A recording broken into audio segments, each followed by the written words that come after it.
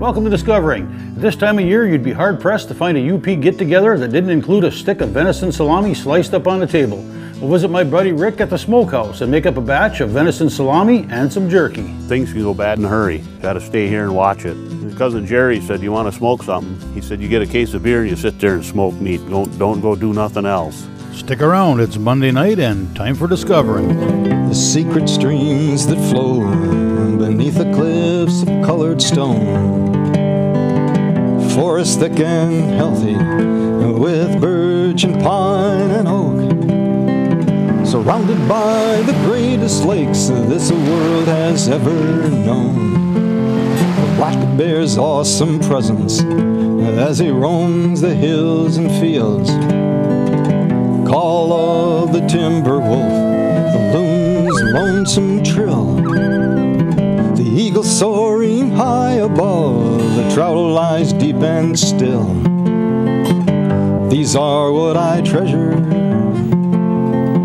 the only way I measure feelings that I have for this fine land. There is so much to discover when you're a long-time lover of northern Michigan.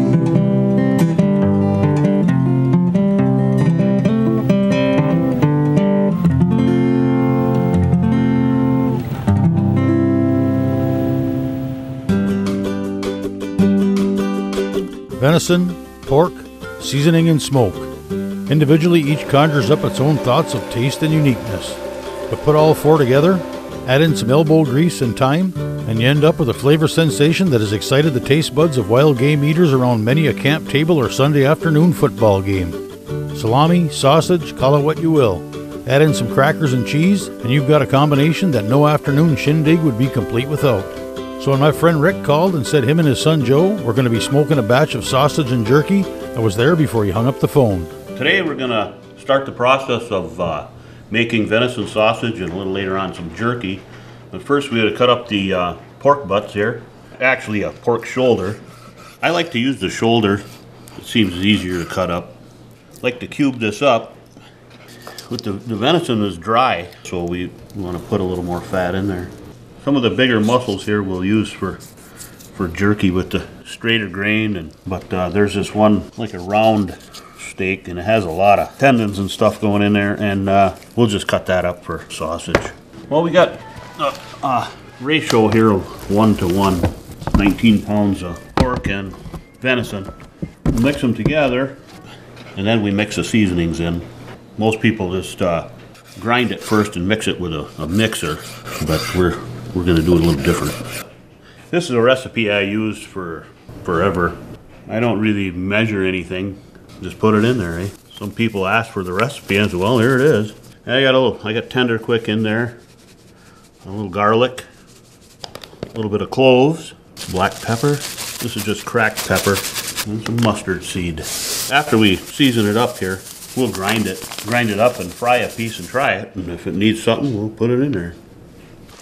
I sometimes wonder if I put a little more of this or a little more of that, but sometimes too many spices is not good either.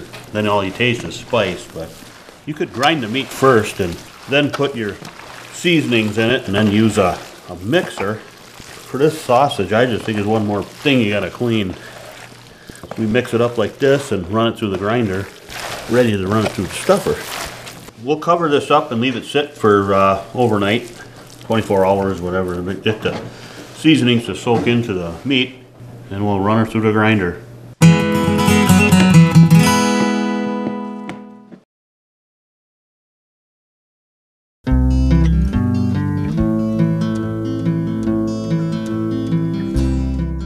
We usually put this in the freezer to stiffen it up a little bit, makes it easier to cut. And we normally go with the grain, just so it don't fall apart in the smokehouse when you're doing it. And depending on how you like it, you can cut as thick or as thin as you want. I like it a little bit thicker. This cut here is the hind quarter, longer pieces. And it's easier to manage when you're doing your jerky. Pieces of meat here, you get the fat, which is normal, but what you want to do is kind of fillet that off, because if you don't when you're smoking your meat and sitting there brining or whatever, you almost get like a rancid and rotten taste from the fat there. So you just want to kind of get as much as you can off, just so you get a good taste, I guess. This jerky, I kind of do a recipe, one that we had found, I don't know, years ago.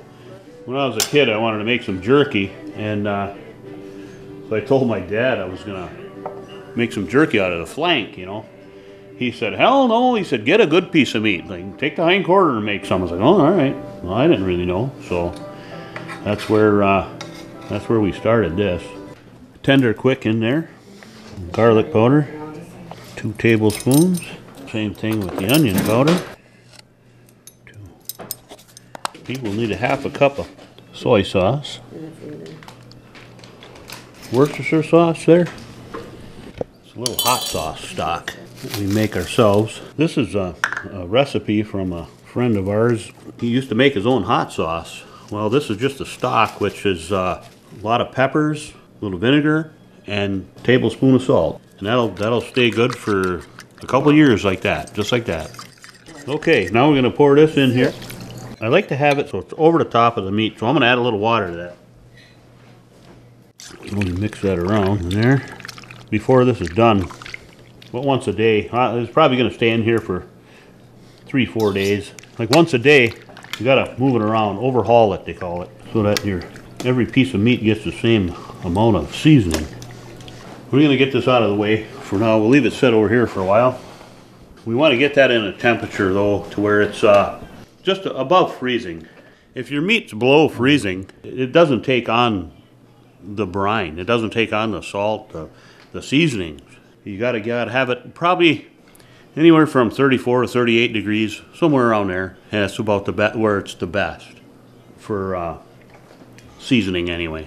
What I'm gonna try is I'm gonna experiment a little bit here. I like to see how things come out. Sometimes they come out good, sometimes they don't. So hopefully this batch here comes out good. What we're gonna do is see if I can get some sweet and spicy jerky going. So that in there, Jasper's maple syrup, 1/4 cup of that, pepper stock we used in the other one there.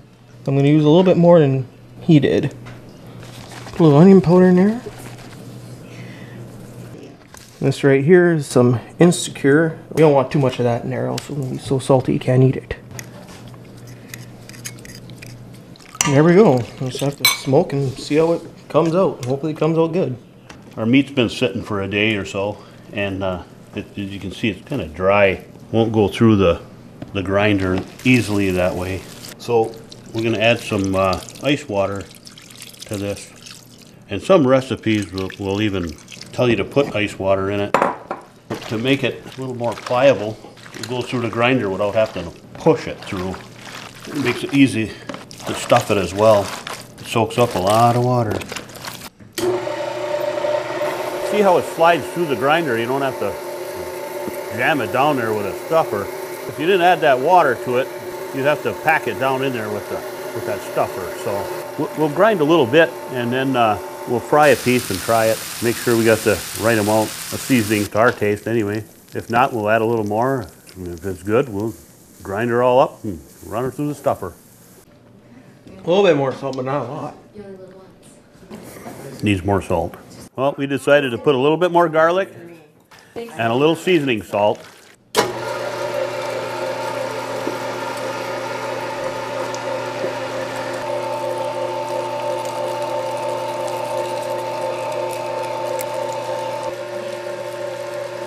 Now after the meat's all done coming out of the grinder here, I'm going to throw these crackers in there to help clean it out. It's easier for cleaning and putting it away.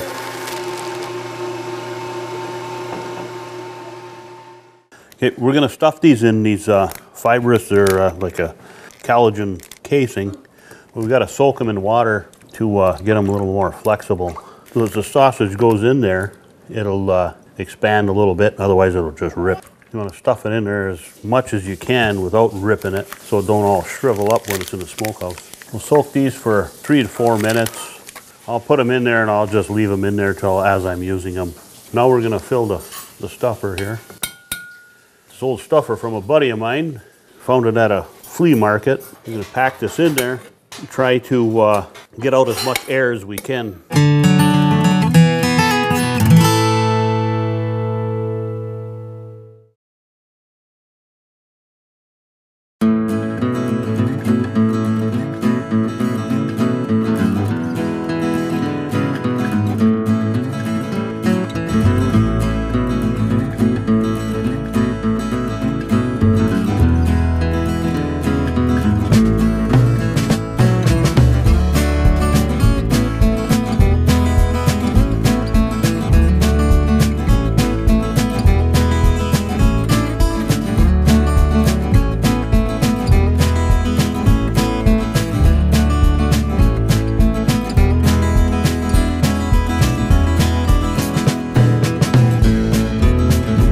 Get them as firm as possible without busting them.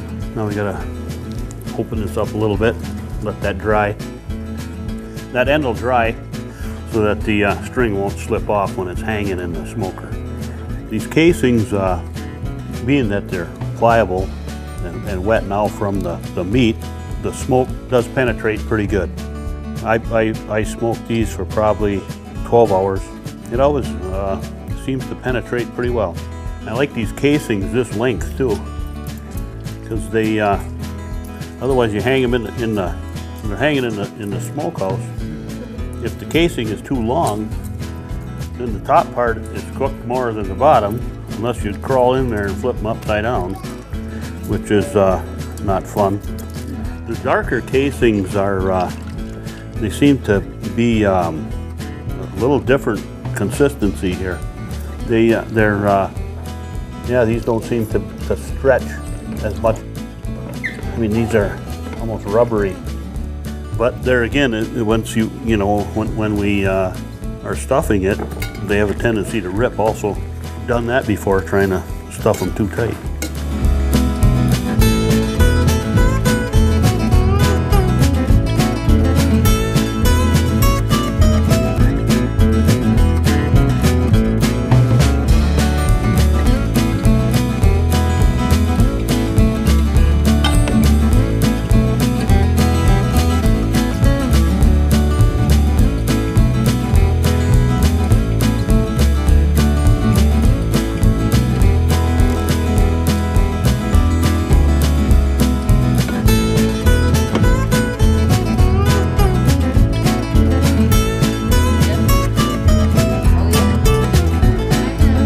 I like this old stuffer for this reason right here, the cleanup.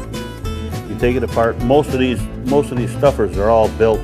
This is all casted together, you know. So you got to take the whole thing and take it off and clean it. Where this one here, I like the pot comes right off of there. You throw it right in the sink and clean it.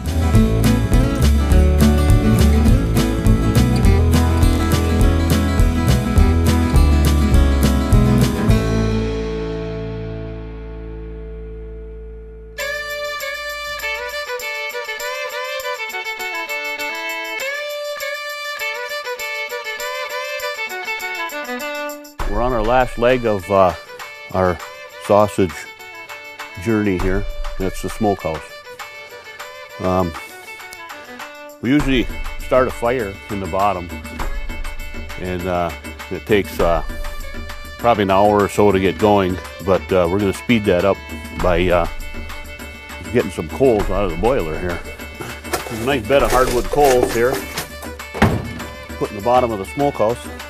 It actually serves two purposes. One, you get the fire going right away, and two, usually it's in the single digits or 20 degrees, and when you're putting jerky in the smoker, your hands are wet and it's usually cold and you're freezing. But once you get these coals in there, nice and warm. So now we're going to hang the sausage in there.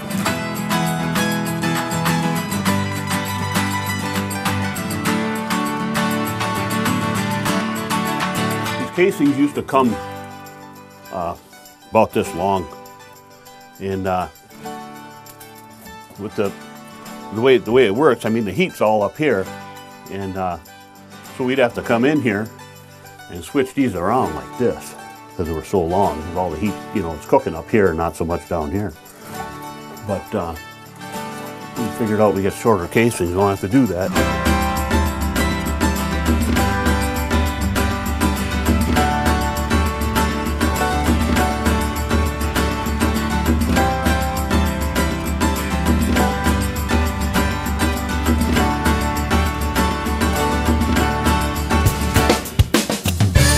I like to knock the bark off of this, or at least the moss.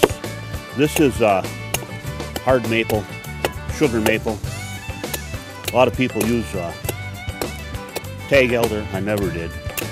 A lot of people use apple wood.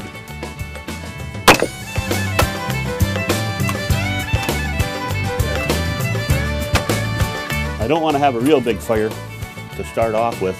The smoke tends to get into the meat if it's cool. When you're cooking a steak, you sear the outside so the juices stay in. This is the same thing. You get it too hot, the smoke won't go in. You won't get a good smoke. We're going to close her up now. We're going to check it periodically. Temperature, how much smoke we got. We'll probably leave it in there for probably 12, 14 hours. We got to keep after it. Got to stay here and watch it. Things can go bad in a hurry. It gets too hot or whatever. I mean, I've had it happen before.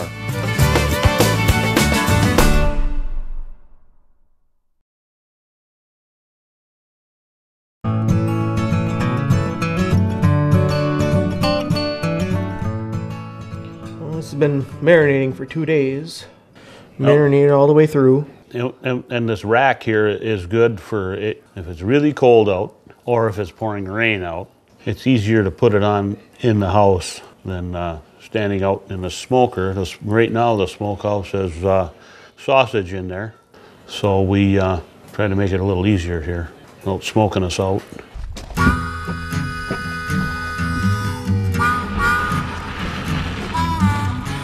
Yep. Turn that one sideways and put it way over. Pull it to you a little bit. Now we got to lay the rest of it on top of it.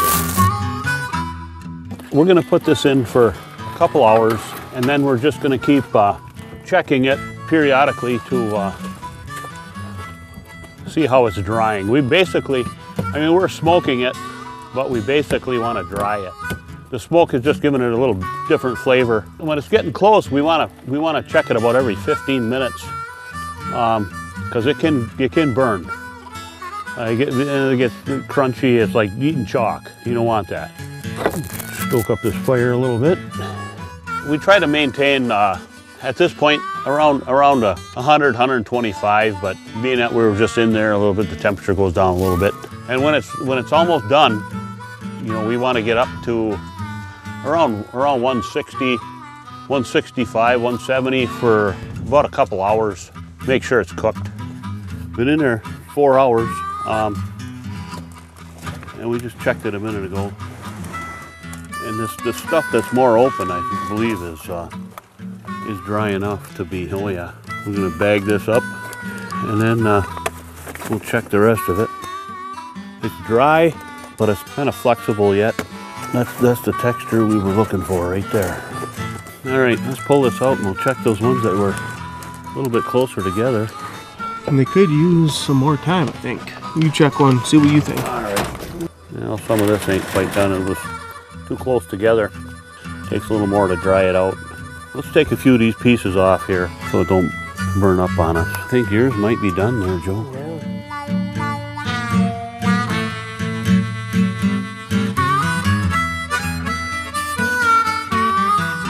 But you can feel it gets kind of firm. It's not quite done yet. We're gonna put a little more wood on the fire and warm it up, and we'll come and check it in another half hour. And I'm believing it should be done.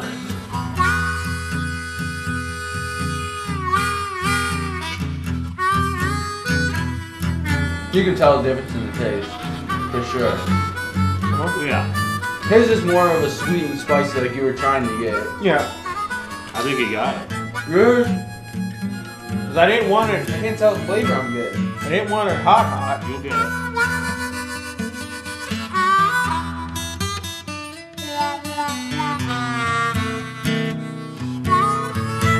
Temperature's good. Fire's good.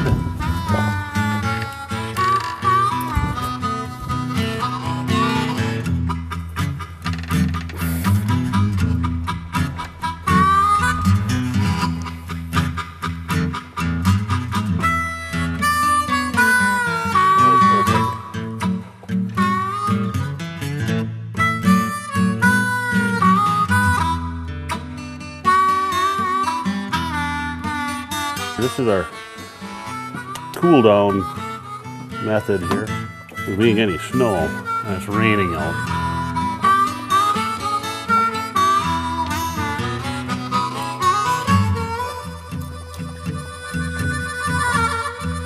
We put them in this water here to cool them down so that they it stays nice and firm like this.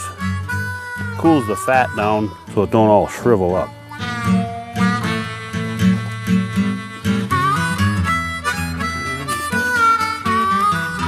And you can slap that cover back on. Take her in.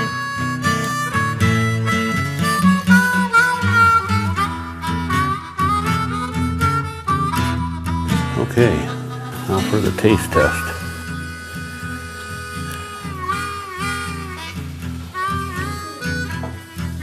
Looks good.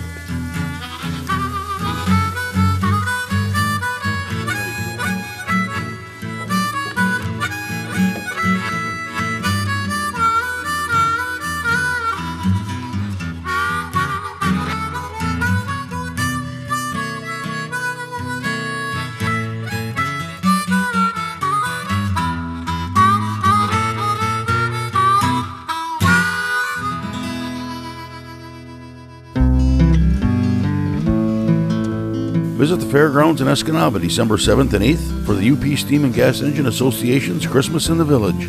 Please join us next week for a special tribute to Tim Kabasic.